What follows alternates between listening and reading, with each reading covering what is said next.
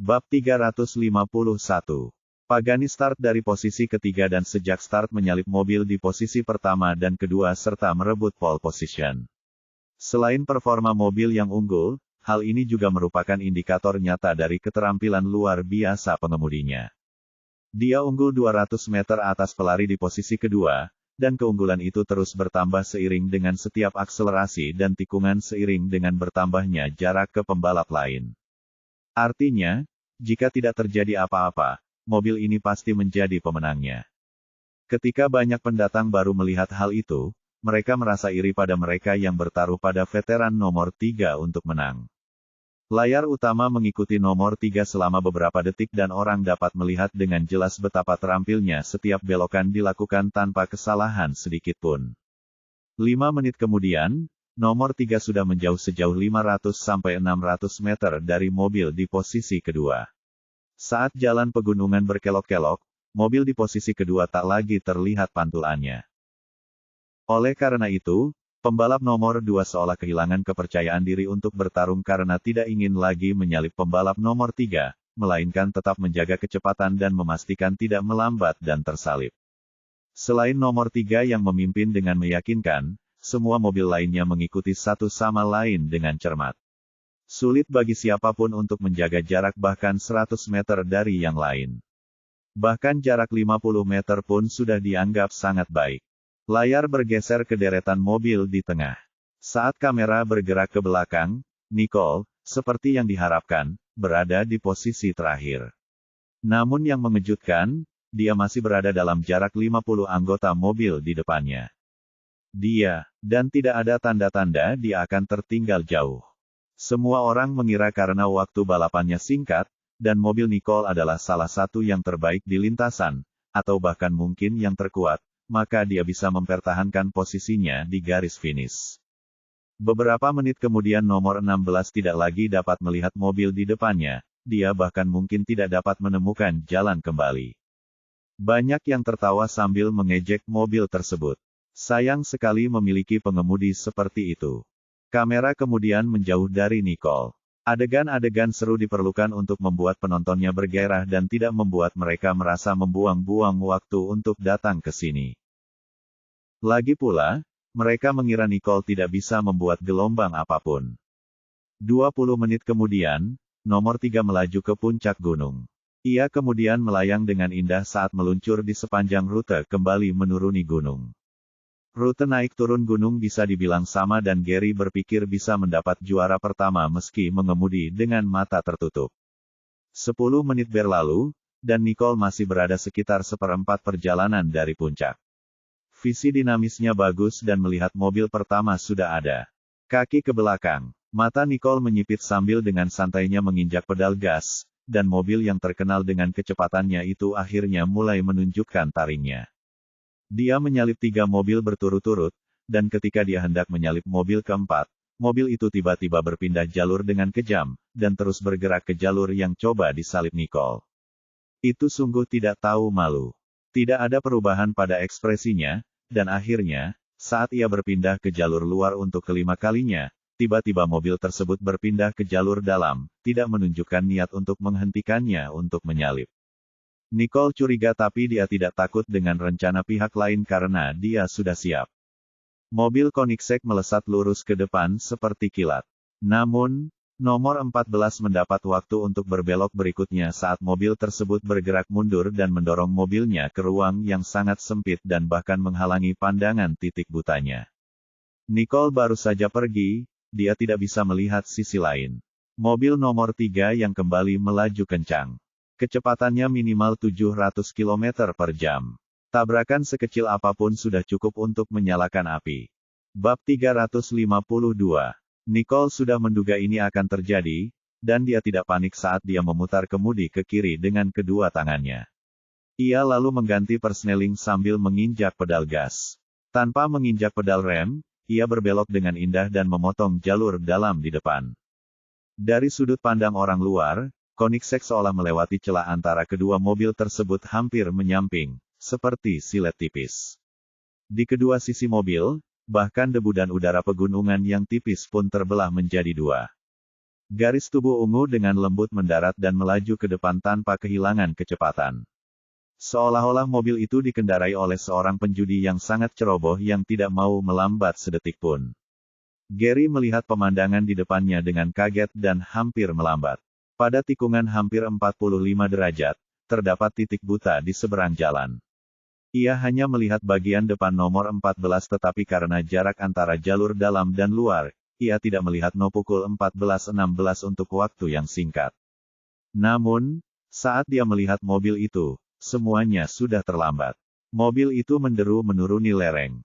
Menginjak rem di sudut jalan pegunungan seperti menandatangani surat kematian, dan dia sudah bisa melihat neraka akan segera terjadi. Namun, sebelum dia sempat bereaksi, tidak, 16 telah bereaksi dan melakukan manuver yang setidaknya 80% gagal setiap kali dia mencobanya. Mobil sudah miring dan bergerak dengan dua roda. Ini adalah teknik yang hanya bisa dilakukan oleh para ahli sejati, dan ini menimbulkan kekhawatiran dalam diri Gary. Ia tak terlalu memperhatikan saat mobil bernomor 16 memasuki jalur tersebut karena asyik dengan dunianya sendiri.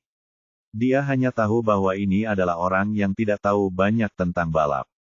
Pasalnya ia mendengar makian dari mana-mana dan langsung sampai ke telinganya. Namun apakah kenyataannya benar seperti yang mereka katakan? Gary tiba-tiba ingin bertemu dengan pengemudinya, namun ia tidak bisa lagi melihat mobilnya melalui kaca spion. Dia perlahan menghela nafas lega, hanya untuk merasa tersesat. Mobil nomor 2 di belakangnya menyusul ketika perhatiannya teralihkan. Mata Gary berubah serius saat dia fokus pada jalan di depannya. Itu hanya sekejap mata, tapi aksi Koenigsegg ungu abu-abu itu selamanya terpatri di hatinya. Solomon yang berada di mobil nomor 14 bahkan lebih terkejut dari Gary, karena dia tahu siapa yang duduk di kursi pengemudi mobil nomor 16. Dia awalnya ingin menggunakan rute pulang Gary untuk mendorong mobilnya menuruni gunung.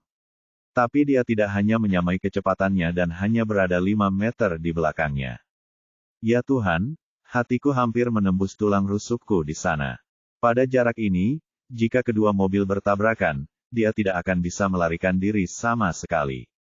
Dia sangat ketakutan hingga jiwanya hampir meninggalkan tubuhnya. Dia hampir menutup matanya saat mengemudi dengan kecepatan tinggi. Untungnya, dia berhasil bertahan dan tidak menyerah begitu saja, namun dia melihat pemandangan liar tadi. Apakah itu sesuatu yang bisa dilakukan oleh pembalap amatir? Melihat mobil berwarna ungu keabu-abuan melewatinya, keringat dingin membasahi wajah Sulaiman. Dia akhirnya menyadari sesuatu. Apakah dia baru saja membuat marah seseorang yang seharusnya tidak dia lakukan? Pada saat itu, layar beralih dari mobil nomor 3 ke mobil nomor 2, dan semua orang hanya berhasil melihat bagian depan berwarna ungu melaju melewati mobil nomor 3 dan kemudian mobil nomor 2 telah mencapai tahap belokan. Namun mereka tidak memperdulikan mobil nomor 2 karena meminta pengemudinya segera kembali ke adegan sebelumnya.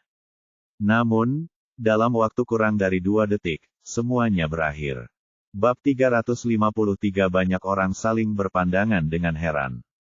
Jika mereka tidak melihat sesuatu, ada 3 mobil yang melewati tikungan sangat sempit tadi, dan salah satunya menghadap mobil nomor 3. Biasanya itu akan menjadi tragedi, tapi sekarang, ketika mereka melihat ke layar, mobil itu bahkan tidak menggores mobil nomor 3, dan ketika mereka memikirkan benda aneh yang terbang di atas, semua orang teringat. Hanya ada satu mobil dengan bagian depan berwarna ungu, dan itu adalah Koenigsegg nomor 16. Itulah jiwa mobil sport yang sebelumnya mereka ejek tanpa ampun. Memikirkan hal ini, banyak orang yang ekspresi muram. Nicole tidak memperlambat laju mobilnya dan dengan cepat menyalip 5 hingga 6 mobil lainnya saat ia melaju ke puncak gunung hanya dalam waktu puluhan detik. Dia segera memutar mobilnya dan Koenigsegg mengeluarkan raungan gembira, seolah-olah telah menunggu saat ini. Sudut bibir Nicole melengkung saat dia melihat jalan yang baru saja dia lalui, bara kegembiraan akhirnya menyala di matanya. Anak baik, ayo pergi. Dia berkata pelan dalam bahasa Esperian lalu menginjak pedal gas dengan keras saat suara gemuruh yang kuat dan keras terdengar. Nicole melihat angka-angka yang terus bertambah di depannya saat ekspresi terkejut muncul di matanya. Batasan mobil ini jauh melampaui spesifikasi standar internasional, tenaganya dapat mencapai 1.200 tenaga kuda. Itu hampir sebanding dengan Dodge Tomahawk miliknya. Mobil ini pasti telah dimodifikasi oleh seorang ahli. Nicole dapat merasakan sensasi kecepatan ekstrim yang dibawanya. Ia bersandar ke kursinya saat pemandangan luar biasa kemampuan kognisi manusia muncul di hadapannya. Kecepatan yang terlalu tinggi merupakan pedang bermata dua. Di satu sisi, kecepatan yang terlalu tinggi akan memungkinkan seseorang untuk melampaui batas dan memenangkan perlombaan, namun kecepatan yang ekstrim juga berarti bahwa kecepatan tersebut sangat sulit dikendalikan. Pemandangan di luar tampak kabur, jauh di luar jangkauan penglihatan manusia. Bobot mobil yang ringan membuatnya berisiko kehilangan kendali. Selain itu, menikung dengan kecepatan tinggi rentan terhadap faktor-faktor yang tidak dapat dikendalikan, dan ini semua merupakan kerugian yang disebabkan oleh kecepatan yang terlalu tinggi. Namun, Nicole dapat mengatasinya dengan mudah. Kecepatannya menghancurkan semua mobil lain, dan setelah 6 tikungan, Nicole sudah menggigit ekor mobil nomor 2. Pengemudi mobil nomor 2 adalah seorang pembalap veteran, penglihatannya secara alami lebih baik daripada kebanyakan orang. Namun, bahkan penglihatannya yang dinamis hanya melihat sedikit warna ungu, dan sebelum dia melihat detail apapun dengan jelas, dia sudah hilang. 4 tikungan kemudian, Koenigsegg mendekati Pagani, dan Nicole dapat melihat bahwa Pagani baru saja tikungan di tikungan berikutnya. Semua orang yang melihat mobil nomor 3 di layar merasa senang karena mobil nomor 3 sudah mendekati garis finish.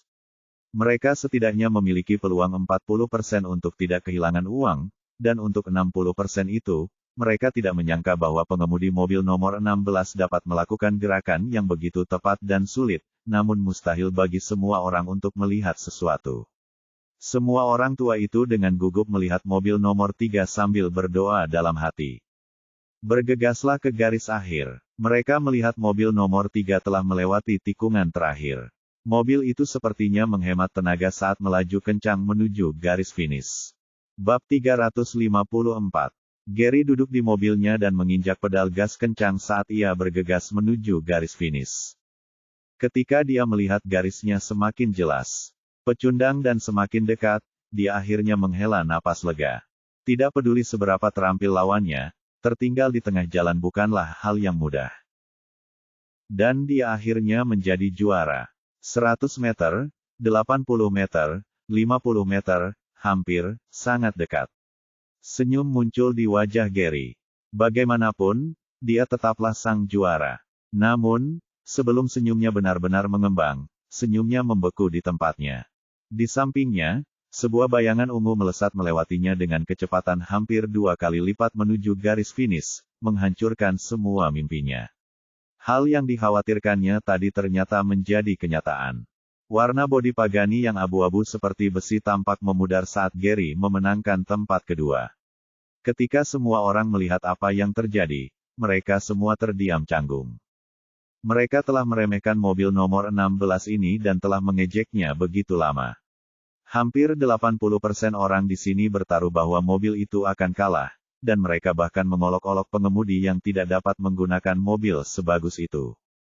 Sekarang, yang paling bodoh dari semuanya, adalah mereka. Semua orang melihat dengan mata terbelalak dan saat Nicole melewati garis finish, layar lebar langsung menunjukkan posisi mobil nomor 16 juara.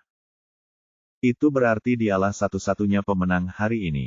Oh, tidak, ada pemenang lain di belakang. Jared tidak mengubah siaran langsung ke mobil lain, jadi dia tentu saja menonton keseluruhan penampilan Nicole. Awalnya Mark mengeluh tentang kecepatan Nicole yang lambat, dan diam-diam mengejeknya karena menyia-nyiakan mobil Jared. Namun, ketika ia menyaksikan Nicole melewati satu demi satu mobil sport, ia menyaksikan semuanya dengan mulut ternganga.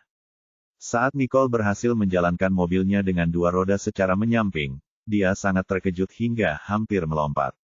Kemudian, kecepatan Nicole yang tidak manusiawi membuatnya pusing dan hampir muntah. Dia adalah salah satu pembalap kelas 1 di negara ini. Itu benar-benar membuat wajahnya malu. Mark kemudian menoleh ke arah Jared, ingin mendapatkan sedikit kenyamanan dari Jared. Namun, ia hanya mendapati Jared menatap layar tanpa berkedip, dengan ekspresi puas di matanya. Mark mengalihkan pandangan tanpa ekspresi apapun karena muntahannya yang kering berubah menjadi ekspresi kesakitan. Tidak perlu ada monster lagi. Bagaimana mungkin aku lupa? Aku harus berbicara dengan Jared Johnston dengan patuh karena aku sudah dikalahkan olehnya saat itu. Mark sangat sedih saat dia menutup matanya untuk menunggu sampai Nicole melewati garis finish sebelum menghentikan umpannya. Dia tidak ingin mengalami mabuk perjalanan seperti ini lagi. Mark sudah agak mati rasa dengan kemenangan Nicole saat dia dengan acuh tak acuh menyalakan antarmuka taruhan dan melihat jumlah kemenangan Jared. Ia hanya merasa matanya akan meledak. Jared bukan hanya bangkir, ia juga memasang taruhan pada mobil yang tidak populer nomor 16 yang menang. Jared baru saja menang 3 kali lipat dari jumlah uang yang ia pertaruhkan. Mark tidak bisa lagi menutup mulutnya saat ia mulai tergagap sambil menunjuk nomor tersebut. Bab 355. Namun, Jared tidak tertarik dengan nomor itu. Ia sedang melihat mobil nomor 16, dan orang di dalam mobil itu hendak membuka pintu dan keluar. Baru kemudian senyum tulus muncul di matanya. Dia berdiri, mengambil mantelnya dengan santai saat berjalan keluar. Semua orang hanya menatap mobil nomor 16 dalam diam, namun layar utama tetap tidak memberikan banyak waktu bagi Nicole. Mereka tidak tahu bagaimana ia berlari cepat menuju garis finish. Beberapa orang bahkan mempertanyakan bahwa karena Nicole awalnya mengemudi sangat lambat dan tertinggal di belakang, mungkinkah klub balap tersebut berbuat curang. Memikirkan hal ini, penonton mulai berteriak, mengatakan bahwa klub pasti telah melakukan sesuatu, dan mereka berhak mendapat jawaban. Klub tidak mau membiarkan dirinya ditindas saat mereka mengganti rekaman saat Nicole masih seperempat perjalanan menuju puncak. Ketika mereka melihat betapa lincahnya mobil berwarna ungu abu-abu itu melesat di antara mobil-mobil, dan bahkan melepaskan ski roda 2 yang sangat sulit di saat yang paling kritis, ekspresi semua orang langsung berubah. Itu benar-benar Koenigsegg. Namun, itu bukan apa-apa. Kesenangan sesungguhnya baru dimulai saat mobil nomor 16 mencapai puncak gunung. Ketika mobil mewah itu mengeluarkan raungannya yang penuh kegembiraan, ia melesat bagaikan anak panah yang diluncurkan, dan tidak seperti binatang buas yang meraung, ia melesat menuju kaki gunung. Kecepatan ini benar-benar di luar batas manusia normal. Semua orang tercengang melihat pemandangan di depan mereka. Mereka seakan melihat mobil itu melaju kencang di setiap tikungan, namun mobil itu tetap melaju tanpa cedera dan terus melaju tanpa kehilangan kecepatan. Kontrol dan kemampuan reaksi macam apa ini? Hingga saat-saat terakhir, ketika jiwa mobil sport berwarna ungu abu-abu akhirnya menghampiri Pagani, sorak-sorai pecah dalam hati setiap orang. Sekarang setelah buktinya ada di depan mata, dia layak menjadi juara. Banyak dari mereka yang bertanya semuanya tutup mulut, hanya menyisakan beberapa bisikan yang tidak terdengar. Mengapa dia mengemudi dengan sangat lambat di awal jika dia memang sehebat ini? Apakah dia hanya mempermainkan kita? Orang itu marah karena malu. Sebelumnya dia mengejek Nicole karena bias terhadap gadis-gadis yang ikut balapan dan tidak percaya bahwa Nicole benar-benar bisa menang. Banyak orang meliriknya. Kamu tadi bilang dia tidak tahu cara berlomba, dan sekarang kamu bilang dia hanya mempermainkan kita. Wah, kau benar-benar punya andil dalam segala hal. Namun, masih ada beberapa yang terpengaruh olehnya saat mereka berbisik-bisik di antara mereka sendiri, menduga bahwa bandar itu mengatur jalannya balapan. Namun, tak lama kemudian, seseorang menghancurkan fantasi kotor mereka saat seorang yang berpengetahuan berbicara. Diamlah jika kalian tidak tahu apa-apa. Ini adalah aturan untuk pengemudi profesional dari Meceraunia. Pahami lintasan dan kuasai peta untuk bagian pertama, lalu melaju dengan kecepatan penuh di bagian kedua. Beginilah cara kalian mendapatkan hasil terbaik. Tidakkah kalian menyadari bahwa nomor 16 begitu dekat dengan yang lain selama ini? Kurasa pedal gasnya bahkan belum setengah jalan. Ketika mereka mendengar ini, semua orang menatap mobil yang sangat cantik ini dengan membayangkan. Setelah melihat pembalikan tadi, mereka semua bisa percaya bahwa pengemudi bahkan tidak menggunakan setengah dari tenaga kuda di awal. Pagani di belakang juga telah berhenti.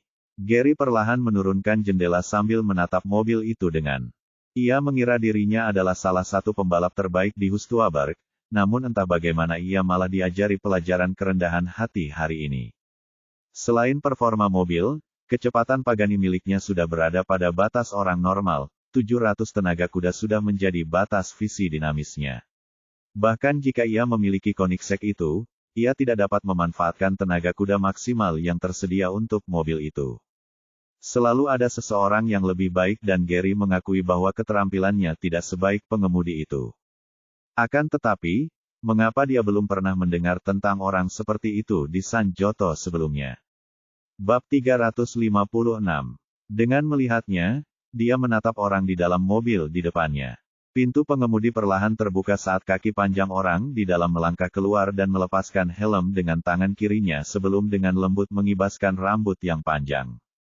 Di bawah sinar matahari senja, postur tubuhnya tampak anggun, dan membawa sedikit daya tarik misterius.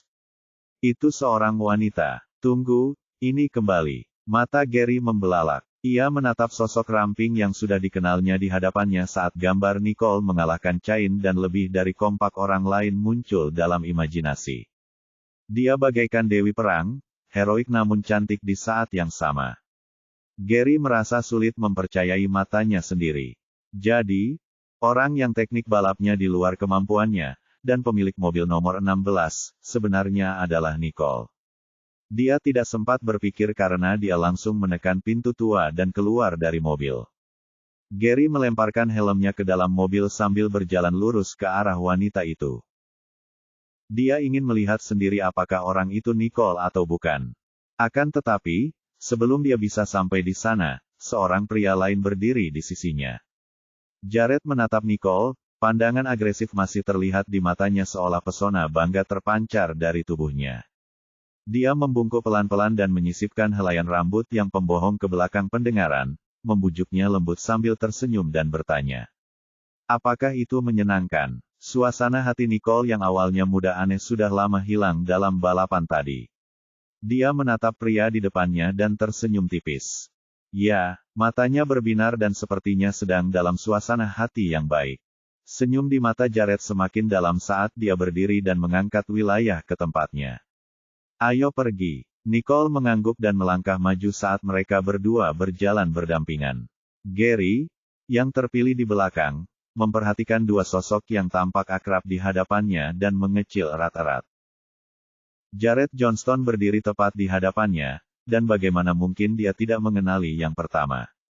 Namun, bahkan saat Jared melihatnya, dia bahkan tidak menoleh.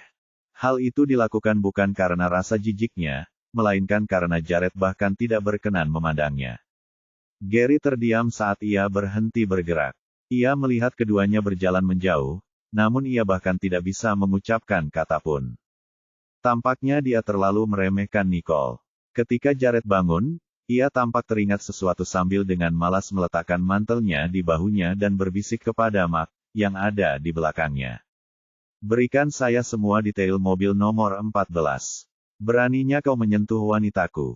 Kau ingin mati saja. Bagaimana mungkin Mark tidak melihat bahwa kejadian tadi bukanlah kecelakaan, tetapi mobil nomor 14 memang sengaja ingin mencelakai Nicole. Mendengar itu, dia mengangguk dan berkata, Tuan Jared, saya akan menyelidikinya bahkan jika Anda tidak memberitahu. Saya pasti akan memasukkan nama orang ini ke dalam daftar hitam klub balap. Hari-harinya di dunia balap sudah berakhir. Namun Jared sama sekali tidak tergerak oleh kata-katanya. Matanya sedikit bertanya-tanya, dan tidak seorang pun dapat melihat dengan jelas emosi di matanya. Itu sama sekali tidak cukup. Apa? Mark tidak langsung bereaksi terhadap maksudnya, tetapi seseorang di klub dengan cepat mengirimkan informasi pemilik mobil nomor 14. Bab 357. Mark tidak punya waktu untuk memikirkannya saat ia dengan hormat menyerahkan informasi itu kepada Jared. Lihatlah, Tuan Jared. Jared dengan santai mengambil buku catatan itu dan melihatnya. Saat pandangannya tertuju ke layar, dia menyeringai tipis. Dia hanya orang yang mengandalkan kerabat dan dia berani bertindak seolah-olah dia pemilik San Giotto. Dia tidak berlama-lama saat dia berbalik dan berjalan keluar, dan rasa dingin yang tak terlukiskan muncul di punggungnya. Saat Mark melihatnya, dia menggigil hebat setelah beberapa saat. Dia akhirnya mengerti apa yang Jared maksud ketika dia mengatakan itu sama sekali tidak cukup. Solomon Freeman hampir membunuh gadis Ten. Jared, bagaimana dia bisa mengakhiri hidupnya dengan memasukkan gadis itu ke dalam daftar hitam, dan kehilangan karir yang seharusnya tidak perlu. Sekarang setelah dia menyinggung Jared, Solomon Freeman itu sudah pasti mati. Dia menggelengkan kepalanya. Tidak ada rasa kasihan di matanya karena dia merasa bahwa penjahat seperti ini pantas menerima hukuman apapun yang akan mereka terima. Mark mengangkat tangannya dan menghapus data pribadi Solomon dari basis data. Dia kemudian kembali ke bilik pendaftaran sambil duduk mengunyah sehelai daun. Ketika dia melihat Jared dan Nicole keluar dari tempat itu, senyum di wajahnya menjadi jauh lebih tulus, saat dia melihat Nicole dan berkata, "Bu, keterampilan mengemudi Anda sangat hebat." Saya benar-benar buta saat itu. Ketika Nicole mendengarnya memanggilnya seperti itu, sudut matanya terangkat sedikit dengan ekspresi bingung. Mark adalah orang yang sangat tanggap dan dia langsung menangkap apa yang dipikirkan wanita itu dan menjelaskan, "Begitulah, ketika saya masih muda, saya menantang Tuan Jared di sini, bahwa saya akan menjadi bawahannya jika saya kalah. Jadi, Anda tahu apa yang terjadi selanjutnya." Jadi, memanggilnya bos kedengarannya tidak tepat, jadi saya memanggilnya Tuan Jared. Melihat hubungan kalian berdua, memanggil Anda Nyonya adalah hal yang tepat. Ahahaha. Nicole agak terdiam saat mendengarnya. Dia menatap Jared dan Jared hanya mengangguk.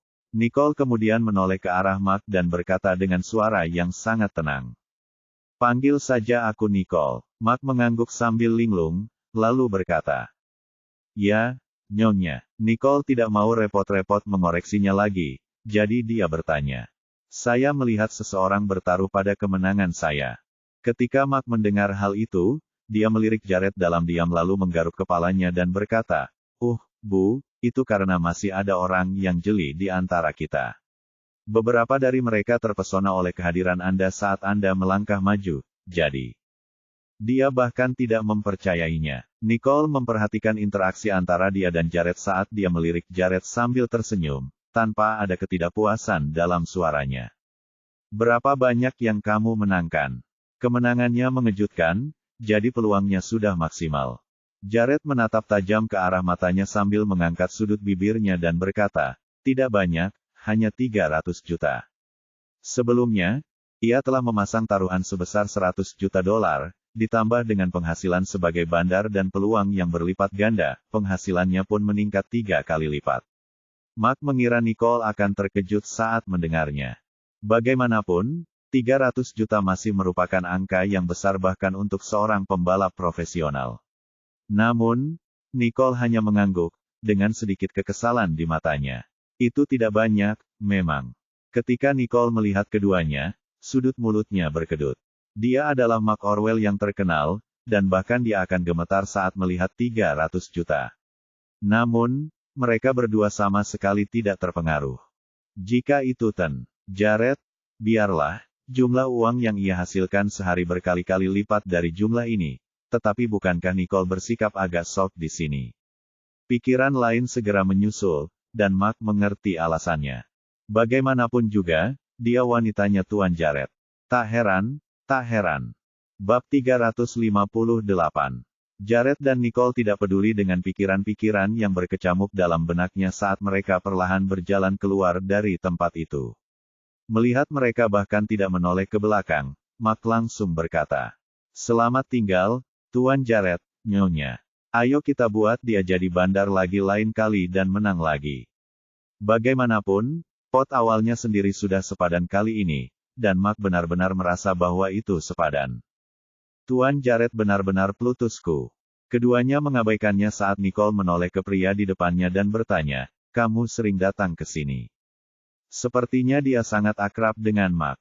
Namun, Jared hanya menggelengkan kepalanya. Matanya yang indah menyipit sedikit, seolah-olah dia sedang mengingat beberapa kenangan lama. "Saya pernah datang ke sini beberapa kali saat saya berusia 13 tahun. Setelah kembali, saya memang datang untuk melihat-lihat beberapa kali, tetapi tidak pernah ikut balapan lagi." 13 tahun. Nicole menatapnya sambil berpikir. Bukankah itu hampir 10 tahun yang lalu? Anak macam apa yang dipanggil Tuan di usia 13 tahun? Jared nampaknya melihat kebingungan saat senyum dingin muncul di sudut bibirnya. Berbeda dengan gaya Gary, ini adalah permainan yang sama sekali berbeda. Yang Jared ikuti adalah perlombaan antara hidup dan mati. Dia adalah seorang pembalap pemberani di sini, tipe pembalap yang mendapatkan uang dengan mengorbankan nyawa mereka. Ketika dia mengingat kejadian itu lagi, matanya memerah, dan dia merasa sedikit tercekik. Untungnya, dia sangat berbakat, jadi dia selamat. Ketika Nicole menatap matanya, tatapan kosong di iris matanya perlahan terisi kegelapan, dan itu menakutkan. Dia tidak banyak berpikir saat dia segera menarik tangannya. Jangan datang ke sini lagi. Nicole bisa menebak apa yang terjadi. Lagi pula, dari apa yang Jared ungkapkan sejauh ini, masa kecilnya mungkin tidak bahagia. Jared tersadar dari ingatannya dan saat mendengar suara dingin Nicole terngiang di telinganya, sedikit kehangatan muncul di tangannya. Ia tersenyum dan meraih tangan Nicole, sedikit emosi yang lebih tulus muncul di matanya. Baiklah, sebenarnya, baginya, masa lalunya yang menyedihkan itu sudah tidak penting lagi. Namun, ketika ia melihat wanita itu menatapnya dengan raut wajah yang begitu khawatir, ia tidak bisa berkata bahwa ia tidak peduli. Kalau dia benar-benar tidak keberatan, dia tidak akan menyetir sejauh ini ke sini, kan? Tepat saat keduanya saling memandang, beberapa suara terdengar dari belakang mereka. Nona, bisakah Anda membantu kami? Nicole dan Jared menoleh dan melihat beberapa orang itu. Ingatan Nicole masih bagus dan ia langsung mengenali beberapa wajah yang dikenalnya yang pernah dilihatnya sebelumnya.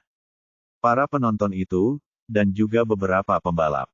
Nicole tidak berbicara dan mengira bahwa dia tidak mau, beberapa orang itu langsung menambahkan, kami tidak punya maksud lain, kami hanya ingin tanda tangan. Ia tidak menyangka perjalanannya kali ini akan mengundang banyak penggemar. Melihat beberapa orang yang gugup, dia tersenyum dan tidak menolaknya sambil berkata, di mana saya harus menandatangani. Beberapa di antaranya adalah penggemar balap sejati dan sangat bersemangat, seperti yang mereka katakan. Kamu tinggal tanda tangan di kausku.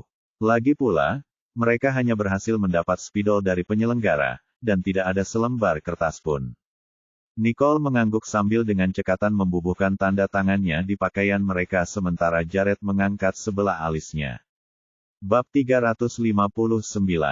Di akhir namanya, Nicole biasanya mengukir tanda tangannya, seolah-olah dia sedang menulis huruf S. Di samping tulisan tangan Nicole yang kaku, tulisan itu tampak indah. Gary, yang baru saja keluar, juga melihat pemandangan itu. Ketika ia melihat tanda tangan yang tertinggal di setiap tanda tangan, ekspresi terkejut muncul di matanya. Setelah selesai penandatanganan, Nicole kembali ke sisi Jared. Melihat keduanya hendak pergi, salah satu penggemar bertanya sambil berbisik.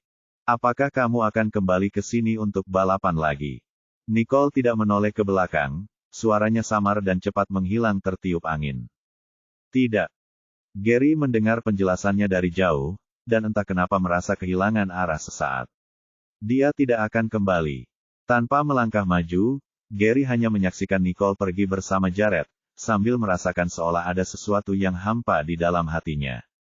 Keduanya masuk ke dalam mobil dan Jared masih tersenyum. Ia menyalakan mobil sambil mengetuk-ngetukkan jarinya dengan pelan di roda kemudi, tampak sangat malas. Nicole memperhatikan bahwa dia tampak sangat bahagia, dan senyum muncul di matanya. Dia merasakan angin musim gugur yang sejuk bertiup perlahan di wajahnya saat dia menghirup aroma cedar yang familiar dan tanpa sadar menutup matanya. Ketika dia terbangun lagi, hari sudah gelap ketika dia dengan santai melepaskan mantelnya. Setelah tertidur di samping Jared beberapa kali, kini Nicole tidak lagi merasa canggung. Ekspresinya datar, tapi dia masih merasa malu di dalam hatinya. Kehati-hatian dan kewaspadaannya yang biasa tampaknya telah hilang di hadapannya. Nicole kemudian mendongak saat dia bertemu dengan mata hitam pekat milik pria itu. Ketika Jared melihatnya terbangun, cahaya di matanya perlahan bersinar seperti bintang di malam hari, terang namun hangat. Kau sudah bangun. Nicole mengangguk sambil menyerahkan mantelnya, suaranya masih serak karena baru bangun tidur. Sekarang jam berapa? Jared dengan santai melihat ke arloji dan berkata dengan lemah. Masih pagi, belum lewat waktu tutup. Sudah jam 10. Nicole tidak menyangka dia akan bisa tidur selama itu karena sedikit kilatan muncul di matanya. Ketika Jared menatap seperti itu, senyuman di matanya semakin terpancar. Saat dia menatap mata indahnya, suaranya tanpa sadar menjadi jauh lebih lembut. Aku hanya bercanda, sekarang baru pukul 8. Nicole merawat. Tidak ada kemarahan di matanya, tetapi ada sedikit rasa tidak berdaya. Dia khawatir Jared sudah menunggu di sana terlalu lama. Jared sepertinya tahu apa yang sedang memikirkan Nicole dan mendesah pelan, sambil menatap Nicole dengan sangat serius. Kamu tidak perlu terlalu memperhatikan.